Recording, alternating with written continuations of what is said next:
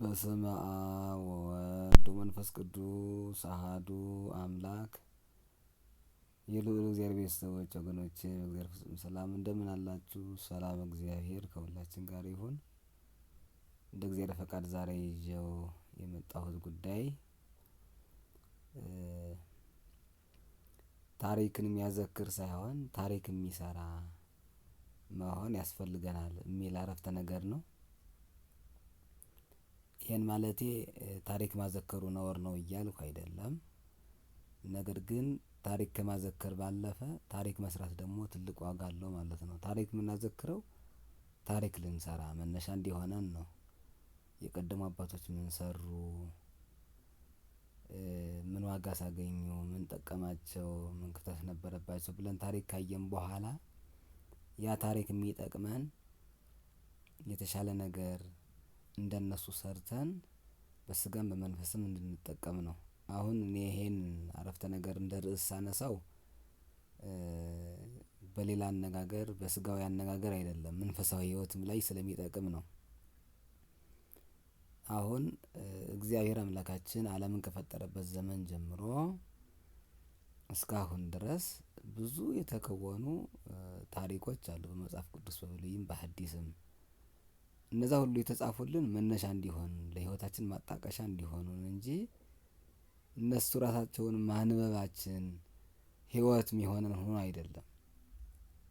ለምሳሌ በብሉይ ኪዳን አዳም እንዲሰራ እንዲህ አጠፋ እሱ ትምህርት እንዲሆነን ነው። ከዚያ ቀጥሎ ቅዱሳን አበው፣ ቀጥሎ ነቢያት፣ ቀጥሎ ሐዋርያት በሐዲስ ኪዳን፣ ቅዱሳን ሰማዕታት፣ ጻድቃን በሁሉም እናዘክራቸው ህይወታቸው ህይወት እንዲሆነን በተግባር እንድንለውጠው መነሻ እንዲሆነን እግዚአብሔርም እንዴት እንዳከበራቸው መጠን ተረድተን እኛም በእነሱ ፈለግ ብንከተል እግዚአብሔር እንዴት እንደሚያከብረን እንድንረዳበት እንጂ ዝም ብለን ታሪክ ብቻ እንድንይዝ አይደለም። ይሄን ካልኩ በሐዲስ ኪዳን ያሉ ነገሮችን አንዳንዶቹን እናንሳ። ለምሳሌ ጌታ ኢየሱስ ክርስቶስ በመዋዕለ ሥጋዌው ከቅድስት ድንግል ማርያም ሰውን በሆነ ጊዜ ሰብአ ሰገል ጌታን በዓይናቸው ለማየት ታደሉ፣ ስጦታ ለማበረከት ታደሉ አይደል? ስለዚህ ወገኔ ኢየሱስ ክርስቶስን በዓይናችን ስላላየ ነው፣ በስጋ ዓይናችን በስጋ ተገልጦ ስላላየ ነው። ለሱም ስጦታ ስላላቀረብን በዚህ ሊከፋን አይገባም። የሚጠበቀው ከኛ ለመዳን ዛሬ በመገናኛው ድንኳን በቅዱስ ታቦቱ ፊት ቀርበን የሚገባንን ማድረግ ብቻ ነው እንጂ የግድ ዋጋ ለማግኘት እንደ ሰብአ ሰገል መሆን አይጠበቅብንም ማለት ነው። እንደሱ ከሆነ ለትንሽ ሰዎች ብቻ የእግዚአብሔር መገለጥ ሆነ ማለት ነው። ከዛ ቀጥሎ ጌታ ኢየሱስ ክርስቶስ በመዋዕለ ሥጋዌው ብዙ ገቢረ ተአምራት አድርጓል። በእጁ ዳስሶ፣ በምራቁ ቀብቶ፣ በልዩ ልዩ መልክ በቃሉ ገስጾ የፈወሰው ያዳነው ድውይ አለ። እግዚአብሔር መጥቶ ዛሬ በፈወሰኝ አንልም። እግዚአብሔር ሐዋርያት ቅዱሳን አበውን ሊቃውንት ሲወርድ ሲዋረድ ዛሬ ያሉትን አባቶቻችንን በተዋረድ ሾሙልን ማለት ነው። ስለዚህ እግዚአብሔር ያደርገው የነበረውን ገቢረ ተአምራት እግዚአብሔርን ብናምን ዛሬም ይደረግልናል በቅዱሳን አባቶቻችን ጸሎትና ምልጃ ማለት ነው። ስለዚህ የግድ በመዋዕለ ሥጋዌ ጌታ በነበረበት ዘመን መኖር አይጠበቅብንም ለመዳን ማለት ነው፣ በስጋ በመንፈስም ጭምር። ጌታ ኢየሱስ ክርስቶስ በመዋዕለ ሥጋዌ ሐዋርያትን መረጠ። ሐዋርያትን ሂዱ አስተምሩ አላቸው። ከእግሩ ስር ቁጭ ብለው ተማሩ። እሱ ከሚያድርበት አደሩ፣ እሱ ከሚውልበት ዋሉ። መልኩን እያዩ ንግግሩን እያዳመጡ ደስ ብሏቸው ቃሉ ተዋህዳቸው በህይወትም ኖሩት፣ ሰማዕትም ሆኑት። ስለዚህ የግድ ቅዱሳን ሐዋርያትን መሆን ደግሞ አይጠበቅብንም። ለምን? ጊዜው አልፏል። እሱን አጋጣሚ አላገኘነውም። የቅዱሳኑ ጸጋ በረከት ትልቅ ነው። ግን ዛሬ የሚጠበቅብን የጌታን የመድኃኒታችን ኢየሱስ ክርስቶስን ቃለ ወንጌል ማዳመጥ፣ በህይወት መተርጎም ብንችል የቅዱሳን ሐዋርያትን ፈለግ መከተል፣ በምንችለው ሁሉ የአባቶቻችን የስልጣን መንፈሳዊ ስልጣን ተዋረድ እያከበርን አባቶቻችን ሊቃነ ጳጳሳትን ከብፁዕ ወቅዱስ አባታችን ጀምሮ ሊቃውንቱን እያዳመጥን በተዋረድ በአቅማችን እግዚአብሔርን ለማገልገል መጣር ነው የሚጠበቅብን በአንድ መዋቅር ሆነን እንጂ የግድ ቅዱሳን ሐዋርያትን መሆን አይጠበቅብንም ማለት ነው። ለመዳን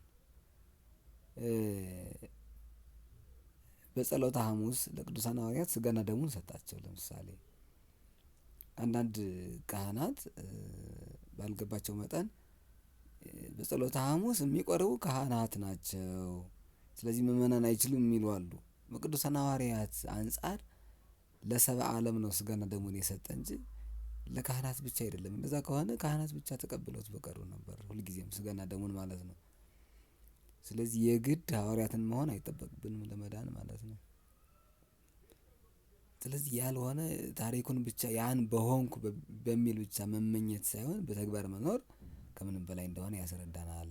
ታሪክ የምንሰራ መሆን መቻል አለብን በህይወታችን ውስጥ ማለት ነው። ታሪክ ሲባል ደግሞ ከምንም በላይ ታሪክ የሚባለው ህይወትን መለወጥ፣ እግዚአብሔር ባዘዘው ህግና ስርዓት መኖር፣ እሱ ነው ታሪክ የሚባለው። በነገራችን ታሪክ የሚባለው ቅዱሳኑ ከነሱ ህይወት አልፎ ለሌሎቹ በማዳን ታሪክ ሰሩ። ድንግል ማርያም ከሷ ንጽህና ቅድስና አልፋ ዓለምን በማዳን ታሪክ ሰራች። እግዚአብሔር ዘላለማዊ ባህሪው ቅዱስ ሲሆን ዓለምን በማዳኑ በእርግጥ ለሱ ተአምር መስራት ድንቅ ተብሎም አይነገርም የባህሪው ስለሆነ። እኛ ግን የኛ ታሪካችን እኛን መለወጥ፣ ማንነታችን ማስተካከል፣ እግዚአብሔር ጋር መኖር፣ የቅዱሳንን ፈለግ መከተል ነው ማለት ነው። ወገኖቼ ወደ ህማማቱ ወደ ትንሣኤው ስንመጣ ጌታ ኢየሱስ ክርስቶስ በተንገላታ ጊዜ መከራ በተቀበለ ጊዜ አብረውት መከራ የተቀበሉትን ሴቶች ወይም የክርስቲያን ወገኖች መሆን አይጠበቅብንም። ምክንያት መሆንም ስለማንችል አንደኛ፣ ሁለተኛ ደግሞ የግድ እነሱን መሆን ሳይሆን ዛሬ መከራ መስቀሉን ማሰብ፣ ዛሬ ስቃዩን አስበን በዛው ልክ መጽናት መበርታት ይጠበቅብናል ማለት ነው ለመዳን። የዛን ጊዜ መስቀሉን የተሸከመለት ሰው አለ። አንዳንድ ታሪክ ኢትዮጵያዊ ነውም ይላሉ። እኔ ኢትዮጵያዊ መሆኑም ቢሆን እንደ ታሪክ ጥሩ፣ ግን የግድ ኢትዮጵያዊ መሆኑ ለእኛ ብዙ የሚጠቅመን ነገር አይኖርም። ቀሬናዊ ሰው ነው የሚል መጽሐፍ ስምዖን ይባላል። የጌታን መስቀል ተሸከም ብለው አይሁድ አሸከሙት። የሸከሙበት ምክንያት አንደኛ ከነገራቸው ስላልተሳተፈ፣ ተደብቆ ነበር የዋለው ላለመሳተፍ፣ የባህሪ አምላክ መሆኑን የተረዳ ይመስላል። ስለዚህ ይዘው አሸከሙት። ከበረከተ መስቀሉ ተሳተፈ፣ እግዚአብሔር ፈቅዶለት። ጌታ የተሰቀለበትን መስቀል ዛሬ መሸከም አይጠበቅብንም። አንደኛ አናገኘውም፣ ለማግኘትም ቢሆን መጋፋታችን አይቀርም፣ ጭንቅ መሆኑ አይቀርም። የሚጠበቅብን ግን በሃይማኖት መከራ መቀበል። መከራ መስቀሌን ተሸከሙ ሲል ፈተና ብትፈተኑም ጽኑ በርቱ ሲል ነው። መከራ መስቀል ማለት መከራ ማለት ነውና እሱ ነው ማለት ነው። ኢየሩሳሌም ሄደን ኢየሩሳሌም ከከወናቸው ከጌታ ከኢየሱስ ክርስቶስ መካነ መቃብር ከስቅለቱ ቦታ ከጎልጎታ ከሌሎቹም ከተወለደበት ከቤተልሔም ሄደን በረከት ብናገኝ ደስ ባለን። አቅም ካጣንስ የቅዱሳኑን ፈለገ መከተሉ፣ የተወለደበትን የተሰቀለበትን የሞተበትን ማሰቡ፣ መበርታቱ፣ በህይወት መለወጡ እሱ ነው ትልቁ ነገር። ያ ከሆነ በህይወት ተለውጠናል።